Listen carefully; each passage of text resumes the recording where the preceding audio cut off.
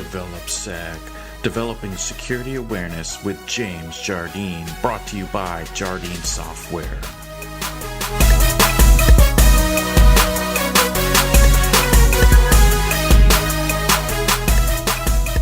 Hey everyone, this is James with the DevelopSec podcast.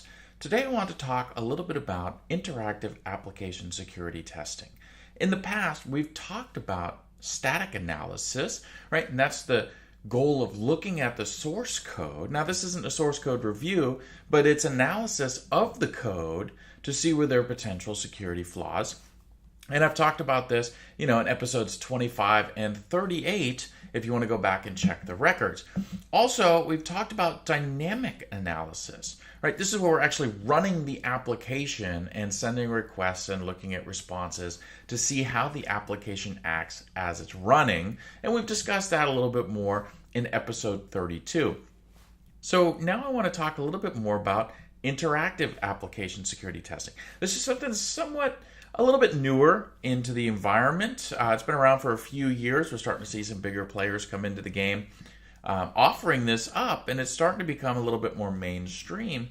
And I think it's pretty interesting. I've had a couple different demos for them, and it's an interesting technique because what they're doing is they're kind of combining static and dynamic analysis into sort of one platform. And so you get this hybrid approach, and that's why we call it interactive application security testing, because we're getting that, but you also have to act with the application, right? You have to interact with it to get it to work. But the results that we get back are fascinating because now we get the dynamic side where we see the request and the response as they come up to the system and back down. So we get that raw request. That's what we get from a dynamic analysis. But then we also get the static analyst side where we can actually see when that request came up, how does that actually flow through the source code before it's then sent back out or sent to whatever sink that it's going to. So now I've got the request and response tied to the code. And this is something that we've had an issue with when you look at just dynamic or static by themselves, because if I just do static analysis, I can look and I can see the code, but I don't really know how it's going to fully interact. Yes, I can follow the trace, right? And I can follow the data flow as it enters the system and flows through our code to hit the database or come back out to the browser. But I don't really know how that's going to react when we put different inputs in there. I can make some guesses at it, but we're not running the system. So maybe we're using regular expressions to test stuff and, we just misread a regular expression. That happens, right?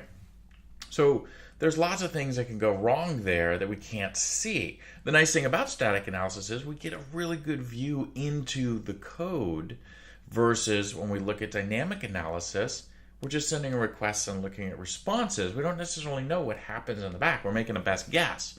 And yeah, once things happen, we can with a certainty say, yes, that's vulnerable, but we don't have really good insight into that. And then when it comes time to remediate the flaws, it can be a little bit difficult to explain because you're saying, okay, well, I sent this request up, and now I'm seeing this response over here on this other page.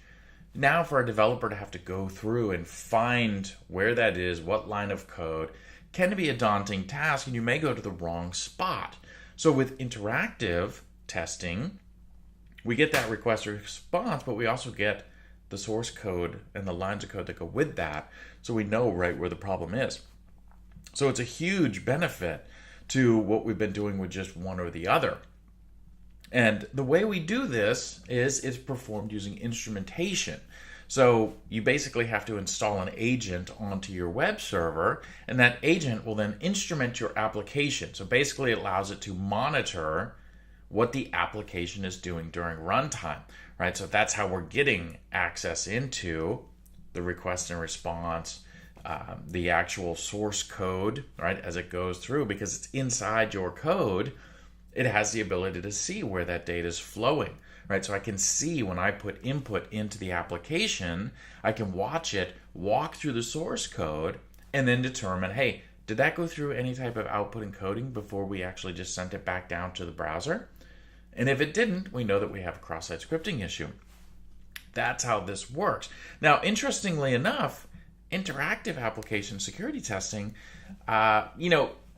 doesn't necessarily require or even recommend putting in malicious data or exploitation payloads to test it out. It kind of reminds me of rat proxy in that sense, if you've ever used rat proxy, because it just sits in the background, and as you're using the app, it's watching stuff and it's making determinations based on that. And it's not based on, did you send up a cross-site scripting payload?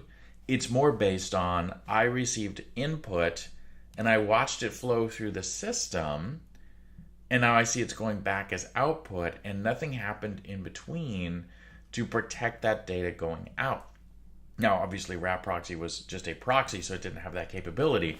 But same kind of idea, that I'm not looking for you to put in malicious stuff. I just want you to use the application. And as you use the application, I'm going to monitor that. I'm going to see how data flows, and then I'm going to report back, we're missing something here.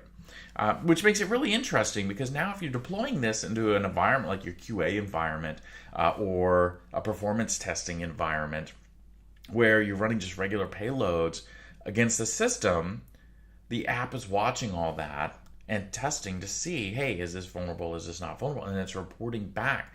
It doesn't require me to have QA people actually inputting malicious payloads to do this, right? It's looking for it on regular payloads. So that's a big benefit to using interactive.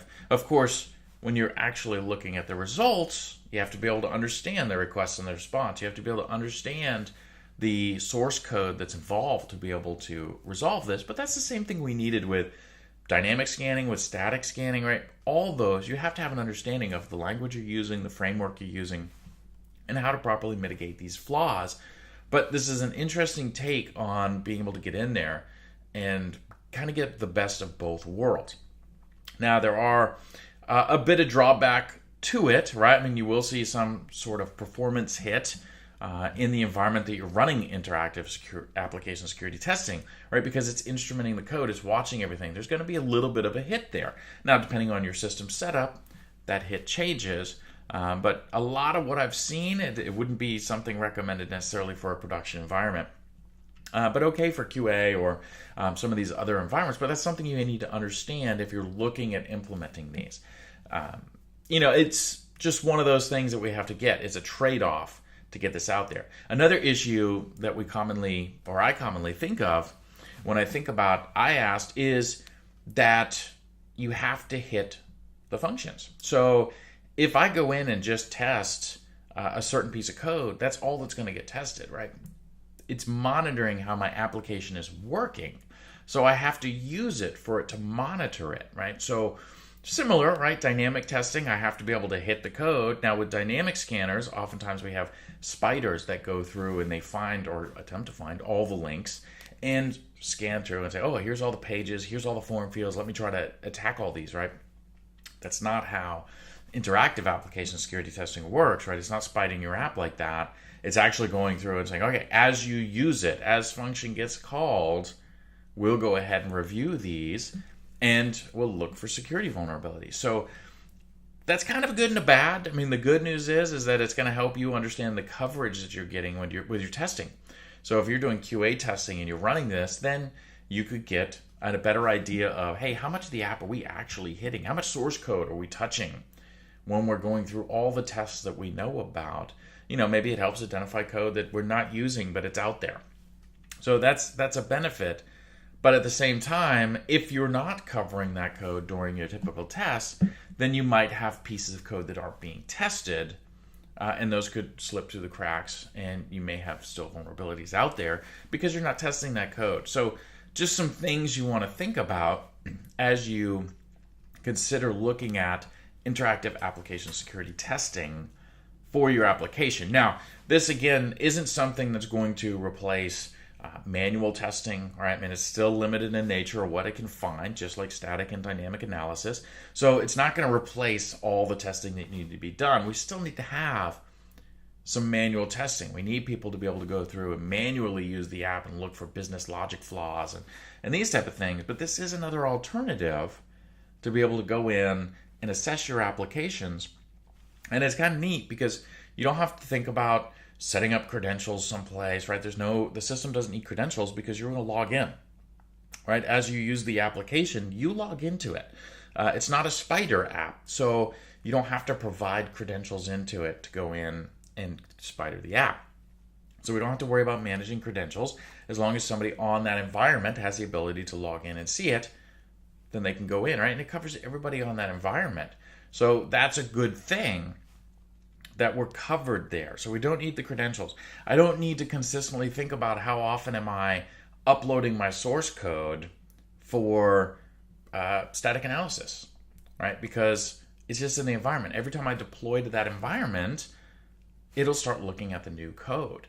Now, one thing I've seen from interactive application security testing is that it doesn't automatically close vulnerabilities if they disappear, right? So as I'm using the app, it finds something, it reports it. But then it's kind of a free-floating item. It's not really checked later to say, oh, I found this before, let me check to see if it's still there. That's not really how it works. It's up to you to actually go in and manage those and say, okay, we found a cross-section, we fixed that, let me go close it. And then what you're doing is basically waiting to see, okay, when I go retest this, does it reopen or does it stay closed? So that's something to get used to a little bit, because in a lot of other environments, both dynamic and static analysis, right? If I go in and modify the code and I've removed the vulnerability, there's a good chance that vulnerability will drop off my report automatically. And it doesn't work like that in interactive application security testing. But again, there's lots of cool features to it. I think, if you're looking to change up your testing program or, find better ways or other ways, I don't want to say better, but other ways. I've never seen a good comparison between an IAST solution and dynamic and static to get a good idea of, okay, what are we really seeing? What's the difference here? Was my static really picking up a lot of those things? Was my dynamic picking up those things? The only thing I'm missing is that they're two different systems. I haven't seen a good comparison that shows that.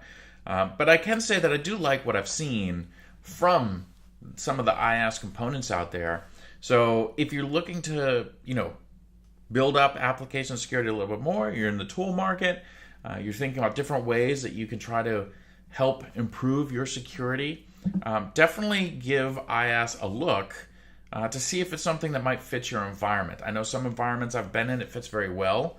And me, I like to push things out and have the application teams own these things and run them and be responsible for them because it's part of development.